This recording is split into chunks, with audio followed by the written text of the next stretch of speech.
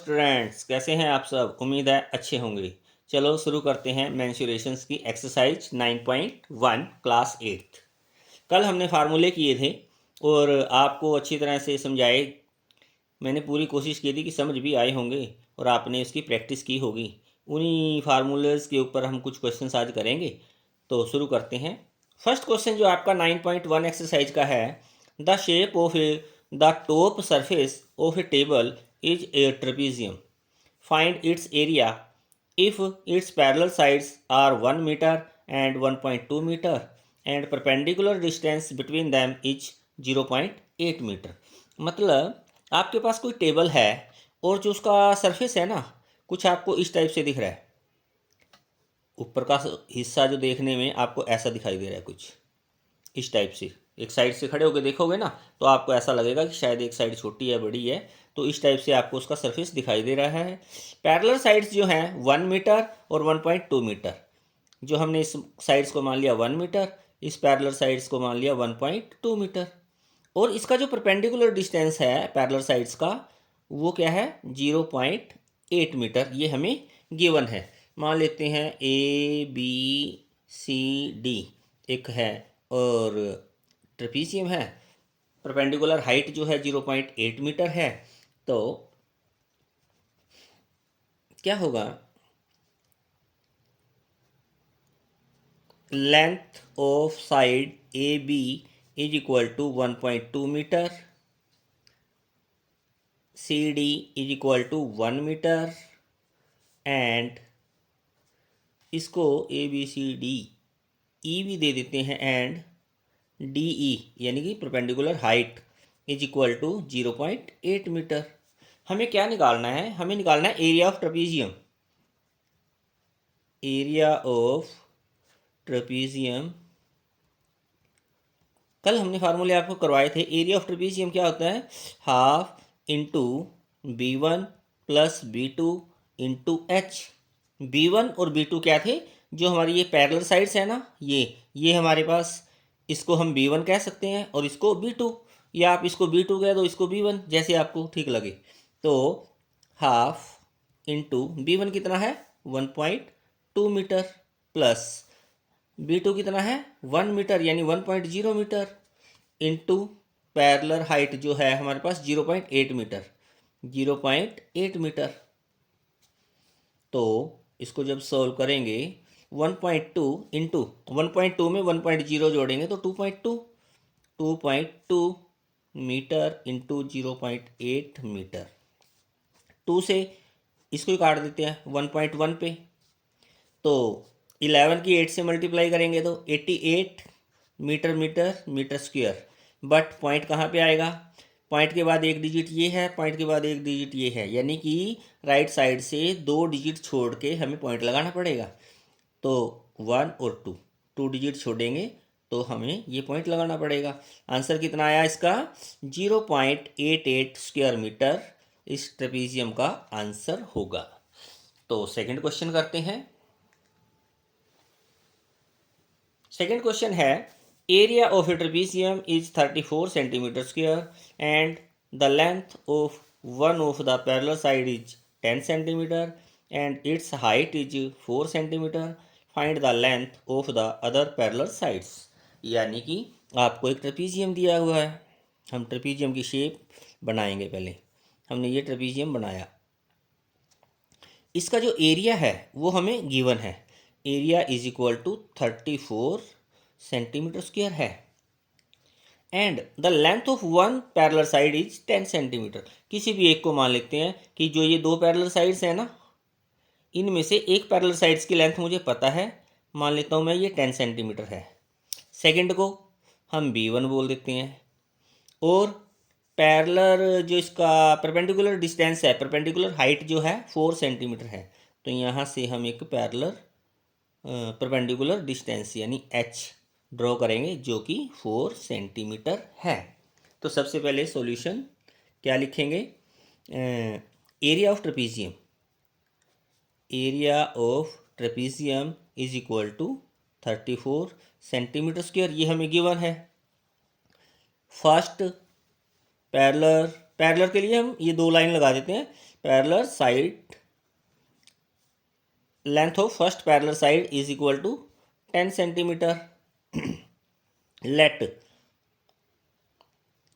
Length of second parallel side is equal to B1।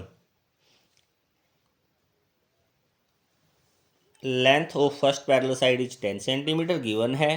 Area given है। हमने suppose कर लिया, सपोज किया let length of the second parallel side B1 and जो इसका perpendicular distance है जिसको हमने H बोला है वो कितना है 4 सेंटीमीटर। हमें सारी चीज़ें पता लग गई। हम एरिया ऑफ ट्रेपीजियम का फार्मूला लगाएंगे। Area of trapezium is equal to, क्या फार्मूला होता है, half into B1 plus B2 into H। Area of trapezium हमें गिवन है तो एरिया के नीचे हम 34 सेंटीमीटर स्क्वायर लिखेंगे is equal to half into B1 कितना है, B1 की जगह B1, B2 की जगह 10 और इंटू H है हमारा 4। तो जितना हम कटिंग करेंगे, जैसे ये 2 है, 2 1 जा 2, 2 2 जा 4, ये कैंसिल आउट। तो 34 centimetre square is equal to, यहाँ से 2 के साथ B1 का मल्टीप्लाई होगा, 2 B1, या ऐसे करते हैं कि 2 का 2 लिखेंगे और यहाँ से B1 plus 10 same to same लिख लेते हैं। तो क्या हुआ, ये जो 2 है इधर जाएंगे डिवाइड हो जाएंगे, तो इसको हम यहाँ से काटेंगे तो ये 2 पे 17 पे कैंसिल आउट हो गया। तो क्या बना, 17 centimetre square is equal to, ये भी सेंटीमीटर में है और ये आंसर भी सेंटीमीटर में है, तो B1 प्लस 10, ये B1 प्लस 10 आ गया हमारे पास, B1 प्लस 10, क्योंकि आंसर सेंटीमीटर में आएगा ना। तो इस सेंटीमीटर से ने ये जो 2 काटे हैं ना, इससे 1 सेंटीमीटर हमारा कैंसिल हो गया, तो सेंटीमीटर में रह गया क्वेश्चन। तो 17 में से 10 माइनस हो जाएगा। अब ये जो 10 है इधर जाएगा, लेस हो जाएगा 17 में से, इज इक्वल टू B1, और B1 की वैल्यू कितनी आई, 17 में से 10 किया 7 सेंटीमीटर इसका आंसर होगा। क्वेश्चन नंबर 3 करेंगे। Question number 3, length of the fence of A trapezium shaped field ABCD is 120 meter. If BC 48 centimeter, CD 17 meter and AD 40 meter, find the area of this field. Side AB is perpendicular to the parallel sides AD and BC. तो सबसे पहले क्या given है, length of the fence मतलब इसका perimeter, sum of the sides, perimeter हो गया। Perimeter कितना गिवन है, 120 मीटर। इसमें साइड्स गिवन है, BC 48 सेंटीमीटर लिख लेते हैं हम, BC 48 मीटर, मीटर में है सारा क्वेश्चन, CD 17 मीटर और and AD 40 metre, AD 40 metre. Find the area of the field, हमें एरिया फाइंड करना है। ये क्या है, फील्ड, क्योंकि ट्रेपीजियम दे दिया ना कि ट्रेपीजियम है, तो हमें क्या फाइंड करना है, area of this field. Field कैसा है, ABCD, फील्ड कैसा है, ट्रेपीजियम, तो हमें क्या फाइंड करना है, एरिया ऑफ ट्रेपीजियम। ट्रेपीजियम का एरिया क्या होता है, हाफ इंटू पैरेलल साइड्स का सम, यानी B1 and B2 into perpendicular height. Side AB is perpendicular, दे दिया ना, साइड AB जो है ये परपेंडिकुलर है, that means perpendicular height H बन गया। साइड AB जो perpendicular to the parallel sides AD and BC, AD और BC जो पैरेलल साइड्स हैं उसके ऊपर परपेंडिकुलर है, तो ये हमारे पास परपेंडिकुलर हाइट आ गई। अब हाइट तो पता चल गई, लेकिन इसकी एक्चुअल वैल्यू नहीं पता H कितना है, तो उसके लिए हम पेरीमीटर का यूज करेंगे। तो हमें गिवन क्या है, perimeter of trapezium is equal to 120 metre. Perimeter क्या होता है, सम ऑफ ऑल साइड्स, इसकी मैं चारों साइड्स लिखूंगा, AB plus BC, AB plus BC plus CD plus DA या AD कह लो, 120 मीटर, क्योंकि सेम ही है ना। पेरीमीटर क्या होता है, सम ऑफ ऑल साइड्स, वही मैंने लिखा। अब AB प्लस BC की वैल्यू 48 मीटर, CD की वैल्यू 17 मीटर ए डी या डी ए कह लो 40 metre is equal to 120 metre.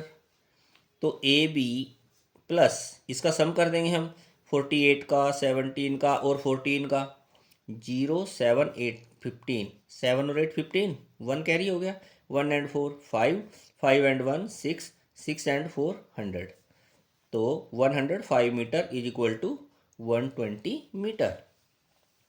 A B की value is equal to 120 minus 105 तो ये कितना आ गया ए बी आ गया 15 मीटर यानी कि हाइट हमें पता चल गई कितनी आई 15 मीटर।